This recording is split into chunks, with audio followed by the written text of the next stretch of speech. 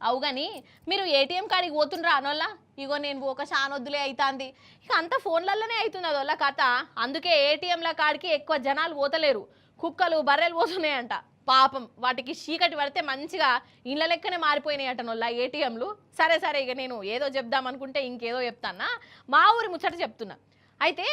ఏటీఎంలనే కారట్ పెట్టాలి పైసలు తీయాలి అంతే కదా కానీ ఇప్పుడు మిమ్మల్ని ఒక స్పెషల్ స్పెషల్ స్పెషల్ ఏటీఎం కాడికి పట్టుకపోతాను వల్ల పాండ్రి మరి నా ఎంబడి పోయేసి వద్దాం గిదేగా ఏటీఎం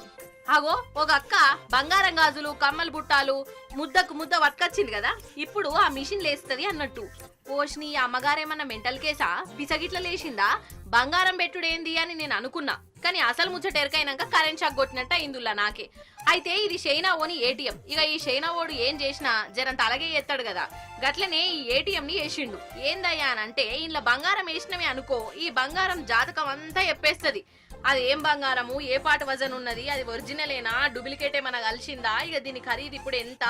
వీళ్ళు కొన్నప్పుడు ఎంత ఇగో ఇవన్నీ చెప్తుందటనోళ్ళ అగో ఆడ చూయిస్తాంది చూడురి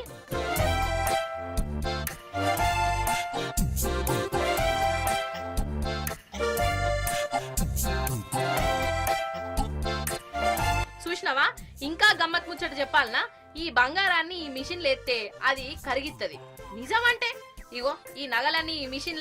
ఈ నగలన్నీ ఈ మిషన్లనే కరిగిపోతాయి ఇక పైసలు కావాలంటే దానికి తగ్గట్టు మీ ఖాతాలు అప్పటికప్పుడే పైసలు పడతాయి అన్నట్టు ఇక ఈ మేడం ఏటీఎం మిషన్లనే బంగారం కరిగించుకొని ఆ ఏటీఎం మిషన్లనే అమ్మేసి పైసలు కూడా తీసుకున్నది చూసినావా చైనా ఓని తెలివి 7 నుంచి 7 దాకా పోయిందో అంటే ఇక బంగారం కరిగించుకోవాలనన్నా అమ్మాలనన్నా బంగారం దుకాణం పోవాల్సిన అవసరం లేదన్నట్టు ఏటీఎం పోతే చాలు బంగారాన్ని ఇట్లా పోతం చేసుకోవచ్చు అన్నట్టు